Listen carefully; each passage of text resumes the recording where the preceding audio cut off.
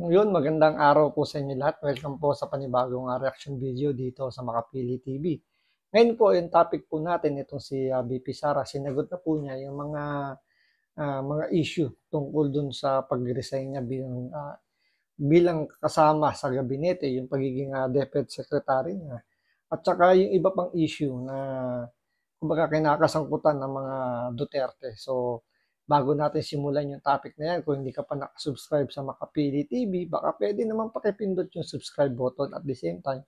Palike na rin po ng video, wala naman pong bahay dyan. Kaya, pindot na. So ito, panoorin muna natin itong balitang to. Sinagot ni Vice President Sara Duterte ang iba't ibang isyong iniuugnay sa kanya, kabilang ang dahilan ng pagbibitiw niya bilang miyembro ng gabinete. Nakatutok si Marisol Abduraman.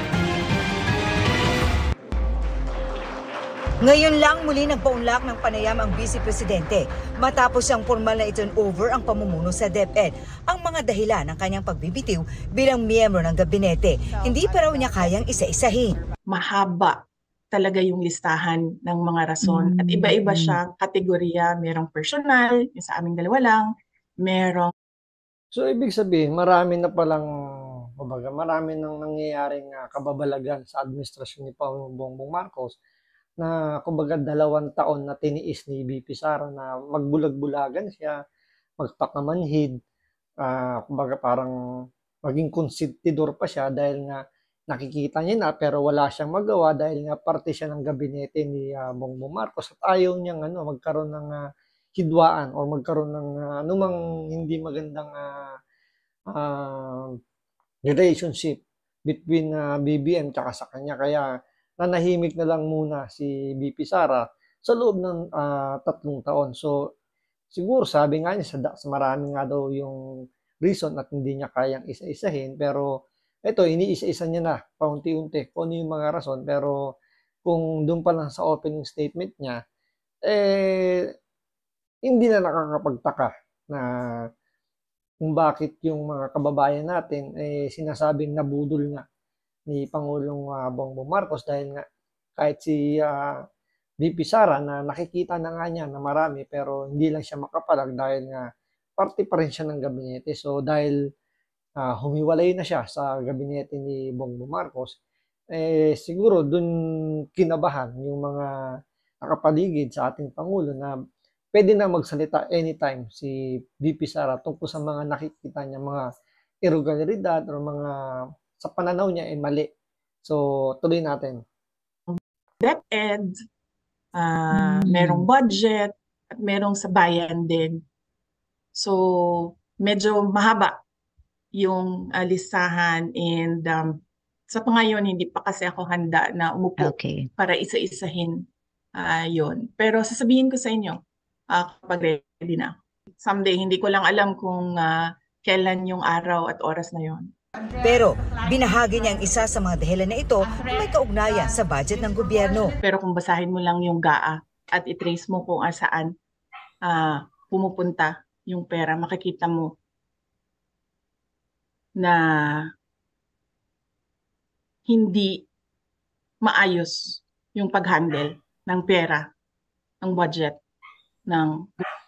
So, korupsyon pa rin ang pinakamalaking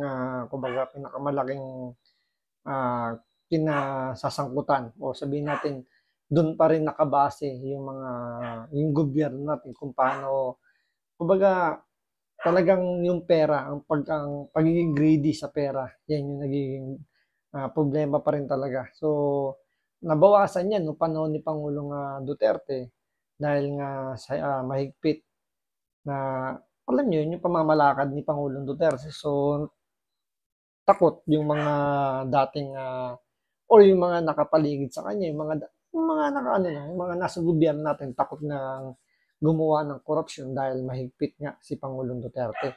So, 6 na taon silang nagutom dahil nga hindi sila makadiskarte nung panahon ni Pangulong Duterte. At ngayon na dahil nga si Pangulong Bongbong Marcos medyo sabihin natin mahina nga raw, weak nga na leader sabi ni Pangulong Duterte. Sinasamantala na ngayon ng mga nasa gobyerno natin. Kaya sabi nga ni VP Sara, yung budget talaga yung tinatarget ng todo ngayon So, yun yung nagiging problema. So, may katotohanan. Kasi kung maaalala nyo sa mga dating mga isyung nagkaroon sa Senate hearing, una-una dyan, di ba, yung sa NIA, sa National Irrigation Administration, kung saan naalaman natin o nakita rin, pinakita ni Senator Rapi Tulfo, na may mga project na hindi pa nasisimulan, pero bayad na. Tapos nanghihingi pa ng for maintenance. So sabi nga ni Senator Rapi Tulfo doon, ano i-maintain mo doon sa project na yun kung wala naman kayong nasimulan? Di ba parang ang tigas naman ng mukha nyo manghingi ng budget para sa maintenance. Ang gagawin nyo, magtabas ng damo dahil wala namang na-umpisa ang project.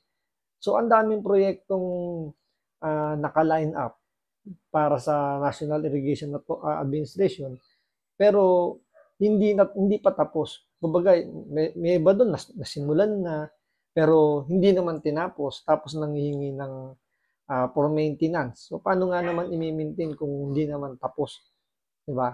Tapos ito yung flood control project na ibinida nga ni Pangulong Bongbong Marcos na 5,500 daw yung natapos na under his administration. Pero nung bumagyo, ang lala ng baha dito sa atin sa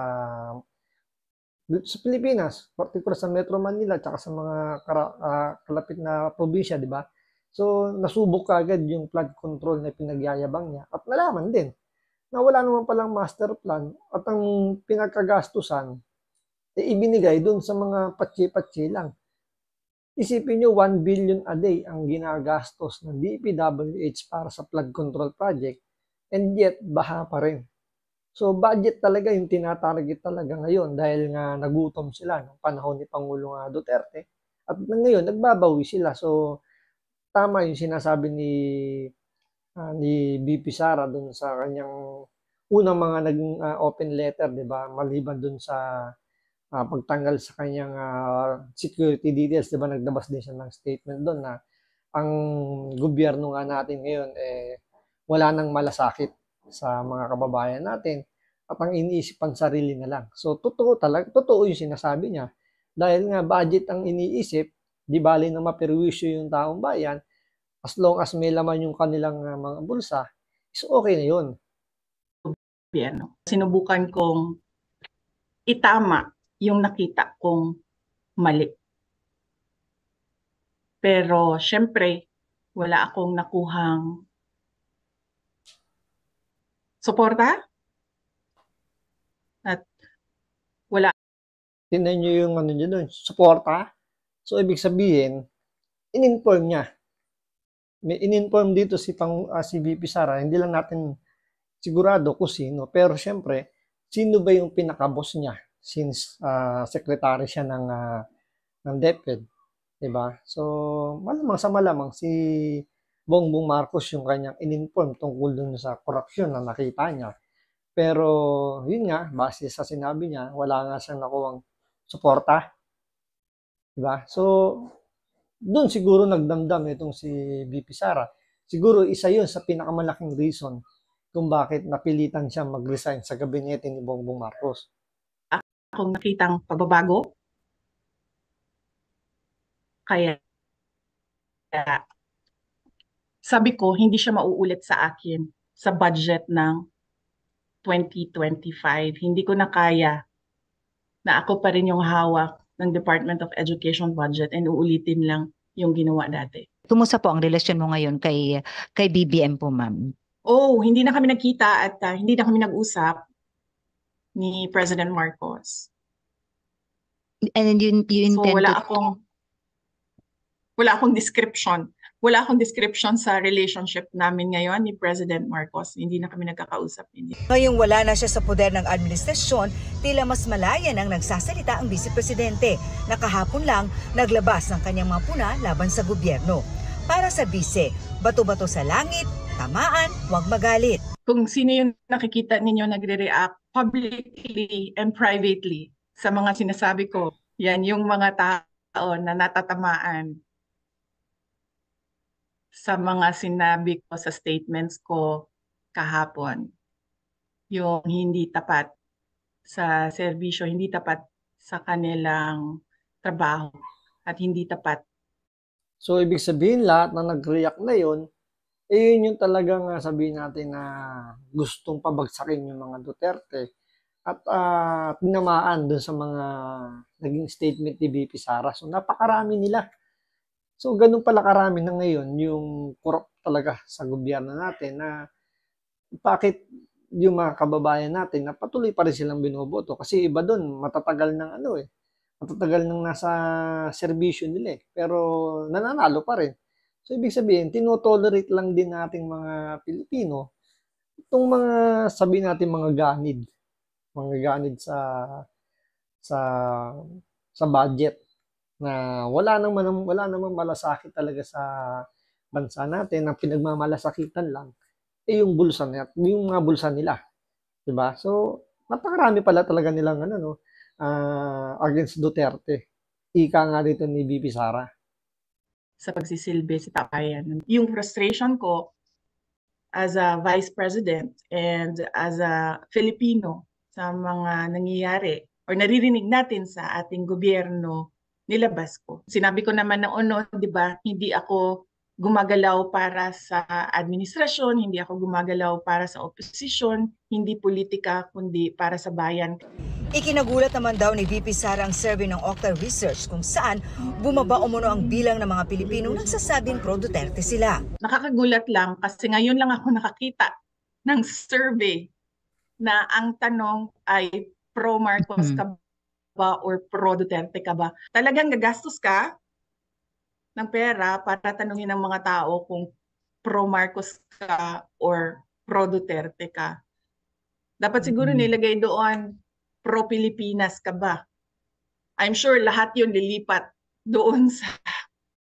Ang ganda ng rito ni VP Sara, yung punto niya rito na bakit kailangan pandahanin sa survey para malaman lang kung pro Duterte o pro Marcos ka ba. 'Di ba? Parang doon pa lang tinitingnan mo na kagad kung ano ba yung ranking mo. Doon sinusukat kung siyempre pwede naman natin doktorin niya kung tutuusin, di ba? So, hindi naman natin alam kung ilan yung talagang kung sabihin natin, medyo malaking palaisipan pa rin para sa akin yung mga ganyang klaseng survey pagpatungkol sa mga ganyang halimbawa, presidential election, kung sinong iboboto mo or sino yung parang ganun, di ba? Parang halimbawa, sinasabi nila ang tinanong nila 1,000. 1,000 katao at ang sumagot ganyan nga. Mas marami raw yung pro Marcos or pro Duterte. So, hindi mo naman pwedeng sabihin na yung isang tao i-represent niya yung isang barangay. Di ba? Kung nagkataon yung napagtanungan na yun, sabihin natin ang leaning nandun sa pro Duterte o siyempre o kaya pro Marcos, hindi naman ibig sabihin nun is nire-represent niya na yung buong barangay na yun is same nung kanyang pananaw. Di ba? So, mahirap ang hirap ng paniwalaan o ang hirap din tansyahin kung totoo ba talaga yung survey niya. Unlike kung halimbawa, sabihin natin na nakakaranas ba kayo ngayon ng mataas sa presyo ng bilihin, doon pwede. Yun ang magandang survey kasi yun, nire-represent ng isang tao kung totoong nahihirapan siyang bumili sa taas ng presyo ng bilihin dahil siyempre sa isang barangay halos pare-pares ng status ng buhay, ilan lang naman dyan yung mas majority ang mga nakatira sa isang barangay is same level. Ilan lang naman dyan yung sabihin natin kayang gumastos ng malaking pera para sa kanilang pang-araw-araw na gastos, di ba? So, pero pagdating sa sabi nga ni BP,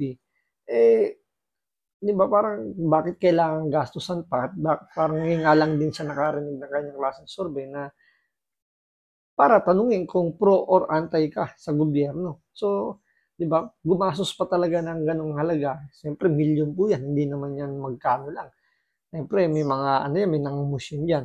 So, malaking pera rin yung pinagapang dyan para lang sabihin. Kasi, lumalabas dyan sa survey na yan na mas marami raw yung naging pro-administration na pro-Marcos at nabawasan daw yung mga Duterte. So, doon pala makikita nyo na may may dahilan kung bakit ginawa yung survey na yan para i-mind conditioning yung mga kababayan natin, yung taong bayan na sabihin lang na kumbaga marami nang pumapabor kay Bongbong Marcos dahil sa magandang magandang pamamalakad niya sa gobyerno natin, di ba? Pro-Pilipinas. Mababasa mo naman kaagad ang motibo dyan is perpetuation in power. So lahat ng threat sa power mo, sisirain mo talaga. It's very obvious. Sa lahat ng naririnig mo, nakikita mo na ginagawa, ang motibo dyan is ayaw ko na bumaba sa akin na ito forever. Kaya sirain ko kayo lahat.